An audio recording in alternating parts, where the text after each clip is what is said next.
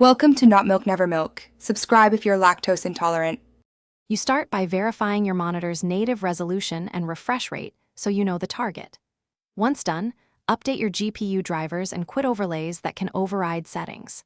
Next, locate and backup apexes, config files in the game's saved config folder so you can restore defaults if needed. Don't waste time on obvious setup. After the backup, open the game and go straight to the video settings to begin changing resolution. You'll now modify the in-game video options to match your plan.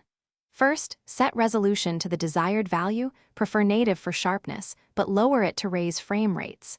Then pick display mode. Full screen reduces input lag, borderless favors quick alt tabbing.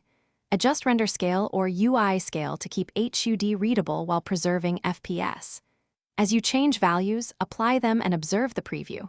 If stutters appear, lower render scale. You finish by saving your settings and fully restarting the game so changes stick. Then test in a real match or the firing range to confirm stability and HUD scaling. If the game fails to display or shows artifacts, immediately revert the config files you backed up and try again. Make sure to reset any GPU control panel overrides if problems persist. Key troubleshooting tip: roll back or clean install your GPU driver as a last resort, since driver conflicts cause most resolution issues.